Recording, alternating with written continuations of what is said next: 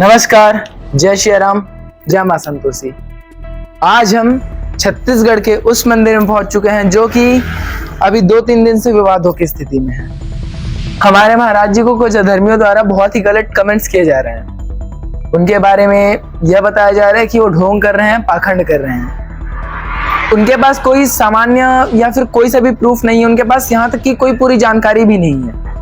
वो सब ये जो कर रहे हैं सिर्फ किसी के भड़काने पे कर रहे हैं या किसी के प्रोत्साहन में आकर कर रहे हैं ताकि वो महाराज जी को नीचा दिखा सकें। आज इसी के बारे में हम आगे बात करेंगे और आगे की चर्चा में हम आपको यही बताएंगे कि महाराज जी के बारे में बोली गई बातें कितनी सत्य हैं और कितनी झूठ हैं। तो चलिए आज की चर्चा में सम्मिलित होते हैं।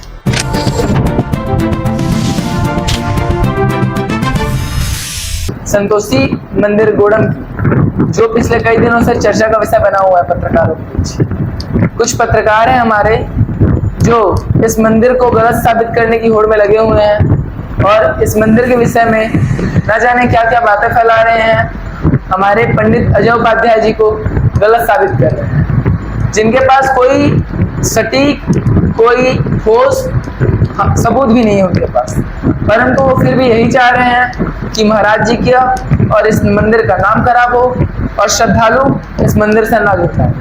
आज के इस विषय में, आज के इस वीडियो में हम इसी बात की चर्चा करेंगे और आगे जानेंगे पिछले 3 दिनों में उनके हर एक वीडियो की सच्चाई, हर एक वीडियो का मैं यहाँ पे रिवील करने वाला हूँ। उसमें कौन सी बातें सच हैं, कौन सी बातें गलत हैं। तो आइए इस वीडियो को हम लोग स्टार्ट करते हैं। तो सबसे पहला पॉइंट हमारा यही है, अगर कोई पत्रकार पत्रकारिता कर रहा है तो उसे यह अवश्य पता होना चाहिए कि पत्रकारिता में सबसे जरूरी बात होती है पूर्ण जानकारी। अगर आप किसी व्यक्ति को लेकर पूर्ण जानकारी प्राप्त नहीं है आपको और आप पत्रकारिता कर रहे हैं तो यह संपूर्ण अनुचित है। इसमें आप अपना ही नाम खराब करने का काम कर रहे हैं। सबसे पहली चीज यही है कि आपने हमारे पंडित अजय उपाध्याय जी की पूरी जानकारी नहीं ली। वो कहाँ से पढ़ाई किए हैं, वो कब से छत्तीसगढ़ में रह रहे हैं, वो क्या करते थे, उन्हें विद्या कैसे मिली, इन सब चीजों में से आपको किसी एक चीज की भी जानकारी नहीं है। इनफैक्ट तो आपने इस वीडियो में बताया भी नहीं कि वो कहाँ से आए हैं। तो इस वीडियो में मैं जो सबसे पहले आपको जानकारी देने वाला हूँ है हमारे पंडित जी के विषय में। हमारे महाराज अजय उपाध्याय जी श्री राम संस्कृत महाविद्यालय चित्रकूट से पढ़े लिखे हैं। उन्होंने आचार्य तक अपनी पढ़ाई कंप्लीट की है। संस्कृत महाविद्यालय में होने के कारण उन्हें मंत्रों, वेद एवं शास्त्रों का भी बहुत ही ज्ञान है। चौथी चीज यह, वे 2019 में लॉकडाउन के समय छत्तीसगढ़ आए। सबसे पहले उन्होंने प्रवास किया था पेंड्रवा के पहाड़ मंदिर हनुमान जी के मंदिर में। वो हनुमान जी की भक्ति में लग गए। हमारे जो पंडित जी के पिताजी हैं वो पहले भी पर्चा बनाते थे, लेकिन वो लिख के नहीं बताते थे, लोगों को सिर्फ मौखिक रूप से बता देते थे। इसी को लेके भैया ने हनुमान जी की भक्ति की, माता संतोषी की आराधना की। उसके बाद धीरे धीरे यह विद्या, यह शक्ति, यह सिद्धि हमारे पंडित जी में भी आई और यही सिद्धि आगे हमारे पंडित जी को सफलता प्रदान कर रही है। वो जन सनातन की सेवा में लगे हुए हैं और 2019 से लेकर 2021 तक उन्होंने सिद्धि को व्याप्त किया और 2021 के बाद से वो जन सनातन एवं जन सेवा में तत्पर हैं। हिंदुत्व को हमेशा आगे बढ़ाने के लिए आगे रहते हैं। दिनेश जोली जी ने अपने वीडियो में दूसरा प्रश्न यह किया था जो गाय वाले किसी इंसान के विषय में था कि उनकी 2 गाय चोरी हुई थी और वो यहाँ मंदिर आए थे। तो मैं उनसे बस यही प्रश्न पूछना चाहता हूँ, क्या वो मंदिर आए थे तो उनका पर्चा बना था, और यदि हाँ तो वो अपना पर्चा दिखाएं। बेफालतू की बात करके मंदिर को या पंडित जी को बदनाम करने की कोशिश ना करें। उन्होंने अगला जो प्रश्न किया था वह था उनके मामा जी की शादी को लेकर। तो फिर से मैं वही कहना चाहूंगा, यदि उनके मामा जी दरबार में आए थे और उनका पर्चा बना है तो अपना पर्चा लेके आए और उनके मामा जी का साक्षात्कार हो, ना कि किसी अन्य का। अगर उन्होंने दावा किया है कि उनके मामा जी गलत हैं तो उनके मामा जी मीडिया के सामने आए और पत्रकारिता में जवाब दें और फालतू की बातें ना करें, क्योंकि पत्रकारिता हर आयाम का, हर सिस्टम का एक मूल रूप है और इसमें हमको सबूत की जरूरत होती है। बोलने के लिए कोई कुछ भी बोल देता है, लेकिन जो दावे हैं वो तभी साबित होते हैं जब हम उनको सबूत ला के देते हैं। यदि उनके मामा जी आए थे तो वो आए, हमें बताएं, पर्चा दिखाएं। हम उन्हें खुला चुनौती दे रहे हैं कि वो दरबार में आ जाएं। अगला जो विषय उन्होंने बोला था अपने वीडियो में कि महाराज जी पैसा लेकर पूजा करवाते हैं, तो क्या हमने किसी श्रद्धालु को मारा पीटा या उनसे जबरदस्ती पैसा लिया? महाराज जी यदि कभी भी पूजा करवाने का आग्रह करते हैं तो वह सीधा बोलते हैं कि आप अपने पुरोहितों से करवाओ, लेकिन वो पुरोहित होने चाहिए शुद्ध शाकाहारी एवं वो मांसाहार और शराब का सेवन ना करें। हम सदैव बोलते हैं कि एक शुद्ध ब्राह्मण ही आपके पूजा को सफल बना सकता है। यदि आप किसी अशुद्ध ब्राह्मण से पूजा पाठ इत्यादि करवा रहे हैं तो वो आपके लिए भी हानिकारक है और आपको उस पूजा का फल कदापि प्राप्त नहीं होगा। तो ये चीज भी हम अपने हर श्रद्धालु से बोलते हैं और हम किसी श्रद्धालु से जबरदस्ती मंदिर में पूजा नहीं करवाते। तो यदि आपके पास प्रूफ नहीं है, सबूत नहीं है, तो विषय में बोलना छोड़ दीजिए। पहले विषय की पूरी जानकारी लीजिए, तत्पश्चात ही आप उस विषय पर चर्चा करें। यदि आपके मामा जी ने पैसा दिया है तो उन्हें हमारे सामने लाइए, उनसे पूछिए कि हमने उनसे जोर जबरदस्ती से पैसा लिया था या हमने उनको मार पीट के पैसा लिया था। ये चीजें उनसे पहले पूछ लीजिए। यदि आप एक पत्रकार होकर गलत जानकारी किसी व्यक्ति विशेष के लिए प्रस्तुत कर रहे हैं तो आपको यह भी पता होना चाहिए। आपने तो सेक्शन 19 हमको बता दिया था, अब मैं आपको कुछ बताना चाहता हूँ। आईपीसी सेक्शन 499 एंड 500 के तहत अगर आप किसी व्यक्ति विशेष को उसके लेकर या उसके किसी विषय को लेकर गलत जानकारी दे रहे हैं या उनको बदनाम करने की कोशिश कर रहे हैं तो आपको 2 साल तक की सजा और फाइन भी आपको लग सकता है, जुर्माना भी आपको चुकाना पड़ सकता है। और यदि आप नहीं माने तो आपको दोनों चीजें एक साथ हो सकती हैं। तो हम आपसे बस यही निवेदन कर रहे हैं कि आप जो भी सच्चाई दिखा रहे हैं लोगों को तो पूर्णतः सच्चाई दिखाइए, आधी अधूरी मत दिखाइए। पहले उस विषय की पूरी जानकारी लीजिए, पहले महाराज जी के विषय में जानिए, पहले श्रद्धालुओं से पूछिए। जंगल में जाके वीडियो बनाना कोई पत्रकारिता नहीं होता। 2 लोग चले गए जंगल, माइक उठाए और वीडियो बना दिए, अपलोड कर दिए यूट्यूब में। ये पत्रकारिता नहीं है। पत्रकारिता के भी कुछ नियम होते हैं। यदि आप किसी विषय को लेकर पत्रकारिता या फिर उस विषय को लेकर न्यूज प्रस्तुत कर रहे हैं, पहले तो उसकी खबर प्रशासन को दीजिए। क्या प्रशासन से आपने मंजूरी ली थी? दूसरी चीज, आप पहले ट्राई करते महाराज जी से बात करने का उनके सामने में, ना कि उनके पीठ पीछे कोई वीडियो बना के अपलोड करते। अगर महाराज जी आपसे बदसलूकी करते या आपके प्रश्नों का उत्तर नहीं देते तब आपका ये करना जायज था। तीसरा चीज जो आपने किया वो बहुत ही गलत किया। कुछ नाम थे जो आपको नहीं लेने चाहिए थे। जो महिलाएं थी, महिलाओं का नाम अक्सर किसी भी न्यूज में नहीं लिया जाता और रिलेशन नहीं बताया जाता। आपने महाराज जी के व्यक्तिगत मामलों में भी दखल दी है, इसके तहत भी आपको हम सजा करवा सकते हैं। आपने जो बोला कि महाराज जी ने पैसा लिया, यह तो आपने ऐसे ही बोल दिया, परंतु उसके पीछे आपको पता भी है महाराज जी का उसमें कोई फायदा नहीं है, 1 रुपए का उसमें फायदा नहीं है। महाराज जी यहाँ 5-5 ब्राह्मणों को आपकी पूजा के लिए रखते हैं। उनका 5 दिन का खाना पीना रहना अन्यथा हर खर्च महाराज जी स्वयं वहन करते हैं। आपको लग रहा है 11,000 देके आपने बहुत बड़ी उन्नति हासिल कर ली है, लेकिन आप अगर एक-एक का कैलकुलेट करें तो वो राशि बहुत होती है। यहाँ महाराज जी पैसा खाने नहीं बैठे, वो जन समर्थन में लगे हैं, सनातन सेवा में लगे हुए हैं। आज तक उन्होंने किसी भी श्रद्धालु से 1 रुपया ना मांगा है, ना वो कभी मांगते हैं। अगर किसी इंसान के पास पैसा नहीं होता तो महाराज जी उन्हें भी दान करते हैं। महाराज जी के बारे में आपको पता भी है, वो कई अनाथालय में, कई वृद्धाश्रम में और कई गौशालाओं में भी दान करते हैं। आप अगर कोई जानकारी बता रहे हैं तो सिर्फ सिक्का के एक पहलू ना बताएं। मैं बार बार आपको यही चीज आग्रह कर रहा हूँ। आपका 3 वीडियो तक हम चुप थे, लेकिन अब आपने तो होड़ ही लगा दी गलत चीजों को बताने की। आपको लग रहा है ये कुछ नहीं कर सकते, लेकिन आपकी ये गलत फहमी है। आपने तो बोल दिया पूजा का फल नहीं मिला। अब मैं आपको बताता हूँ, आप पहले किसी भी श्रद्धालु से पूछ लीजिएगा।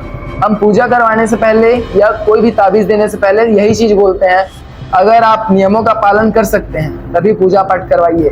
हमारे संतोषी माता धाम मंदिर गोड़म में कुछ नियम है। पहला नियम, जो भी हमसे जुड़ता है उन्हें मांसाहार का त्याग करना होता है। दूसरा नियम, उन्हें शराब इत्यादि का सेवन बंद करना रहता है। तीसरा नियम, उन्हें अपने सारे गलत काम, जो वो गलत कार्य करते हैं, उन्हें बंद करना पड़ता है। चौथा नियम कुछ और भी होते हैं जो हम आपको नहीं बता सकते, वो सिर्फ श्रद्धालुओं को उनकी स्थिति के अनुरूप बताए जाते हैं। तो जो इन नियमों का पालन करेगा हम उन्हें ही फल प्राप्त होगा, ऐसा बोलते हैं। क्योंकि हनुमान जी या माता रानी आपके लिए नहीं बैठे। अगर आपको लगता है वो भी किसी बड़े आदमी जैसे हैं जो कि उनकी बस दिखावे करने से आपका काम कर देंगे, तो ये नहीं है, ये बिल्कुल गलत बात है। अगर आप कोई नियम पालन नहीं कर सकते तो पूजा मत करवाइए, और अगर कोई नियम पालन कर रहे हैं तो पूरी ईमानदारी पूरी निष्ठा के साथ उस नियम का पालन कीजिए। रही बात जो आपने बोली थी सिक्योरिटी गार्ड की, तो हम आपको बता दें महाराज जी पहले इन चीज़ों में भरोसा ही नहीं रखते थे। पहले वो सोचते थे कि सभी लोग अच्छे हैं, वो किसी का बुराई नहीं चाहते। वो हमेशा बोलते हैं कि हम लोगों को चेंज कर सकते हैं, लेकिन कुछ आप जैसे लोग जो हमेशा सज्जनों का या महाराज जी के विरोध में रहते हैं, सिर्फ कुछ ना कुछ तरीके से उन्हें नीचा दिखाना चाहते हैं, उनका बेइज्जती करना चाहते हैं। इन जैसे लोगों की सुरक्षा के लिए हमने ही महाराज जी को बोला था कि वो अपने लिए एक बॉडीगार्ड या पीओसओ की व्यवस्था कर लें। इसलिए हमने पहले व्यवस्था की थी पीओसओ की, जिनका नाम था वासु साहू, और वो आज भी उसी लगन उसी भक्ति से महाराज जी की सेवा में लगे हुए हैं, और वो हमेशा से अपनी इच्छा को अपनी भक्ति को दिखाते आए हैं। महाराज जी के प्रति प्रेम को भी वो हमेशा दिखाते आए हैं। दूसरा चीज जो सुनील जी ने दावा किया था कि उन्होंने 2-3 न्यूज चैनल में अपना न्यूज चलाया, जिसके कारण हमारे पास भीड़ लगना स्टार्ट हुई, तो उसके लिए हम धन्यवाद तो दे ही रहे हैं आपको कि हाँ आपने हमें प्रचार किया था, लेकिन यह कहना सर्वथा अनुचित है कि पूरी भीड़ आपके द्वारा आई है और जो आए हैं आपको कांटेक्ट करके आए हैं। अभी तक महाराज जी लगभग 50,000 से अधिक पर्चे बना चुके। शक्ति में भी उनका हिंदू सम्मेलन हुआ था, जिसमें 30,000 से ज्यादा की भीड़ थी।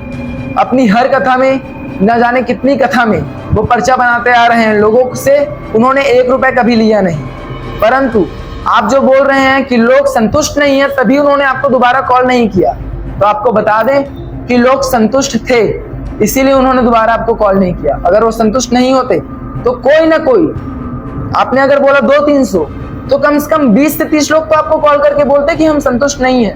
लेकिन आपने क्या बोला, आपको एक कॉल भी नहीं आया, क्योंकि आप एक माध्यम थे। जो मेन उनको बात करना था, जो मेन उनकी समस्या थी, उनको जानने के लिए वो जहाँ पे आने वाले थे उनको वो मंच मिल गया, उन्होंने अपना समस्या बता दिया। लेकिन आपने जो बोला कि हमने भेजे थे, हमें फोन नहीं आया, इसका मतलब वो संतुष्ट नहीं है, ये चीज थोड़ी बचकानी मानसिकता वाली लगती है। आप उम्र में भी हमसे बड़े हैं, तकरीबन 25-26 साल के होंगे, आपके में ये मानसिकता नहीं होनी चाहिए।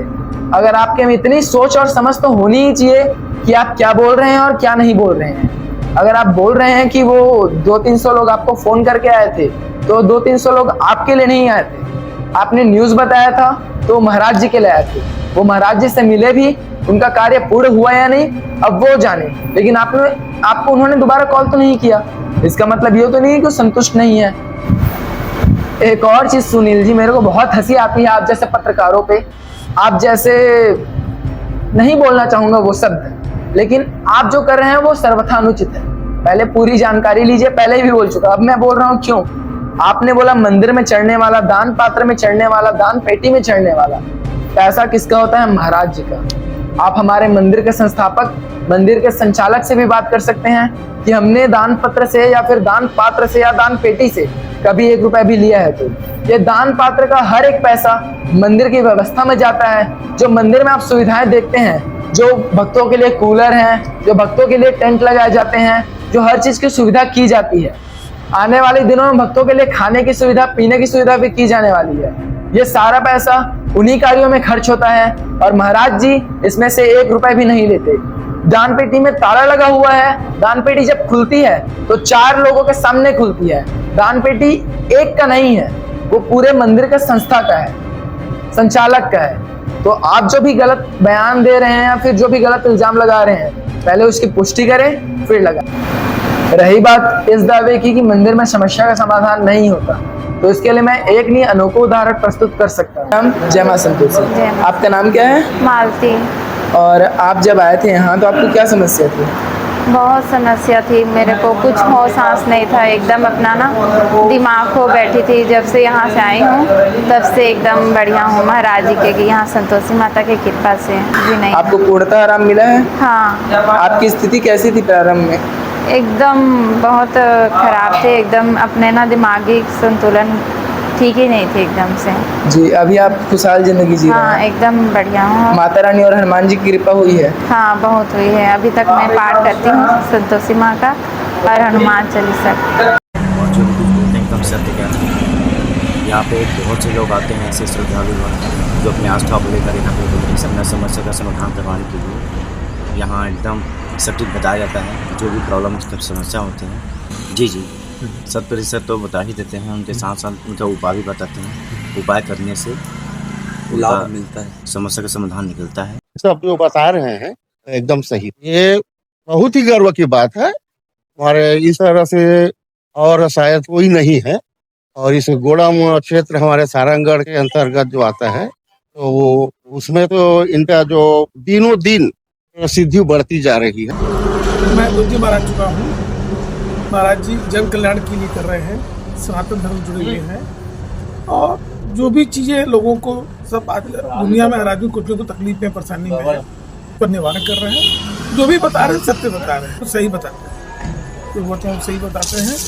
और बिल्कुल इनको जैसे अपने भागवत बाबा के जैसे है जस्ट उनके उसी प्रकार से महाराज जी पर्चा लिखते हैं और आपकी मन की बातों को, आपकी तकलीफ को महाराज जी अपने आप के नाम से पूछे आपको बताते हैं, बिना सवाल बताते हैं, पर्चा लिख के देते हैं। जब आपको बताते हैं कि आपके मन में क्या था जो लिखे हैं,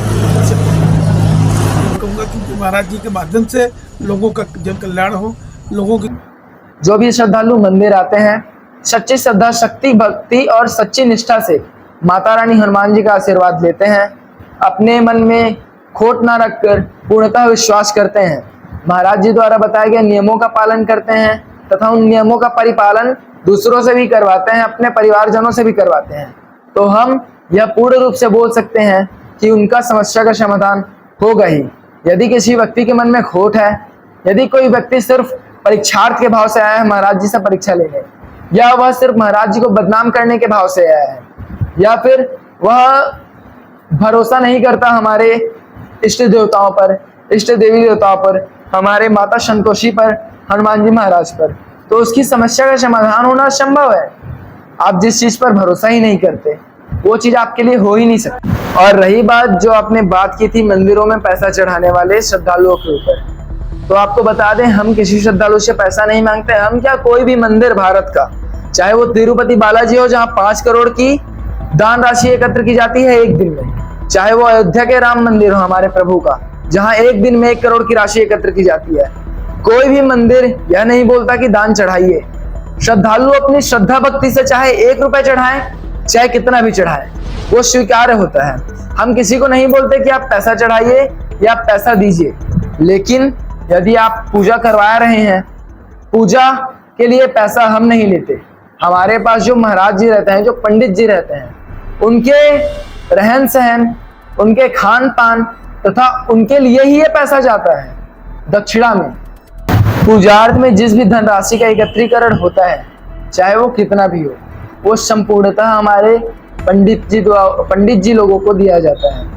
वो भी उनके वे परिवार हैं, वो भी यहाँ आते हैं, बैठने खाली नहीं आते, उनको भी दक्षिणा प्रदान किया जाता है। और यदि कोई आपका पूजा कर रहा है, कोई भी ब्राह्मण, तो उसके लिए दक्षिणा आवश्यक ही होता है, भले ही आप 1 रुपए दो चाहे कितना भी दो।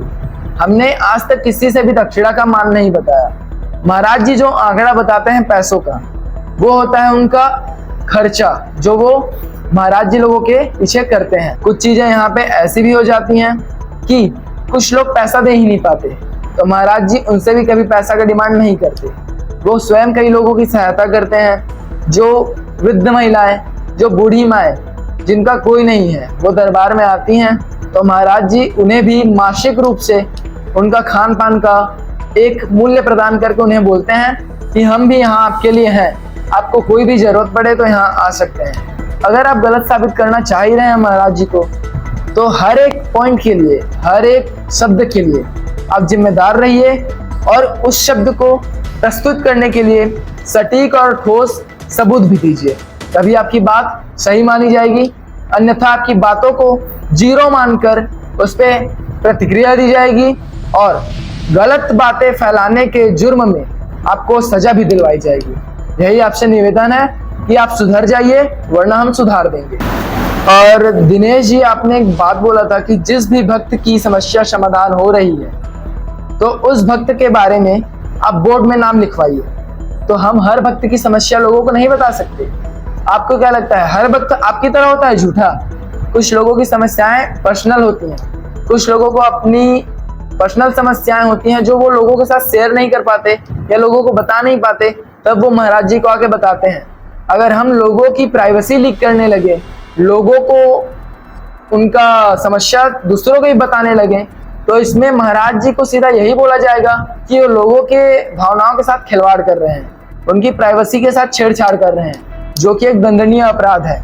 तो यदि आप कुछ नियम हमें बता रहे हैं, पहले खुद उस पर सोचिए, समझिए, विचार कीजिए, तब जाके हमको बोलिए, वरना आपको बोलने का कोई हक नहीं है। अंततः सिर्फ आपसे एक बात बोलना चाहेंगे, अगर आप महाराज जी को झूठा साबित करना चाह रहे हैं, यदि आप महाराज जी को गलत साबित करना चाह रहे हैं और आपके कहे गए शब्द जैसे पाखंडी, ढोंगी इत्यादि प्रदेश से आए हुए, दूसरे प्रदेश से आए हुए, ये सब वर्ड जो आप यूज कर रहे हैं, तो आपको बता दें हम भी भारतीय हैं।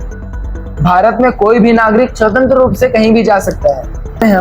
हमारे संविधान में यह भी लिखा हुआ है, यदि कोई व्यक्ति किसी स्थान पर 6 माह भी निवास कर ले तो वह वहां के मूल निवासी साबित होने का हकदार हो जाता है।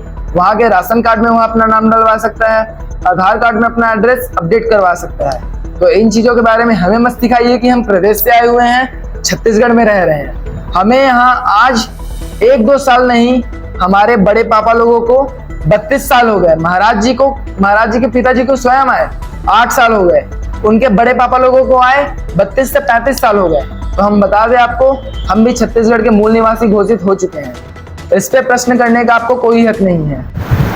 और अब बस यही बोल लेंगे कि अगर आप जो भी बोल रहे हैं उसको साबित करना है, हम आपको खुली चुनौती दे रहे हैं। आप मंदिर आइए, एक साइड रहेंगे भैया हमारे पंडित अजय उपाध्याय जी, एक साइड रहेंगे आप और आपके पत्रकार, जो भी 2, 3, 4, 5, 6 जितने भी आप न्यूज चैनल लाना चाहते हैं सच्चाई जानने के लिए, सबको ले आइए।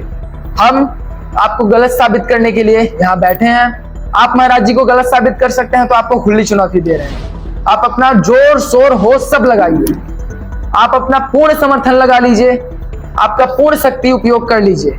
अगर आप महाराज जी को गलत साबित कर दिए तो हम यहाँ बोल रहे हैं कि हम दरबार लगाना बंद कर देंगे। यदि आपने यह साबित कर दिया कि महाराज जी गलत हैं या उन पे लगाए गए इल्जाम सारे सही हैं, तो हम यह स्वयं बोल रहे हैं कि हम दरबार लगाना बंद कर देंगे और सारे इल्जामों को स्वतंत्र रूप से स्वीकार कर लेंगे और फिर क्षमा प्रार्थना भी करेंगे। तो बस यही है आपसे आग्रह, आपको खुली चुनौती है, आपकी सुरक्षा की जिम्मेदारी हमारी है। आपके पास जब यहाँ आएंगे आप यहाँ, तो प्रशासन की भी जिम्मेदारी हमारी है।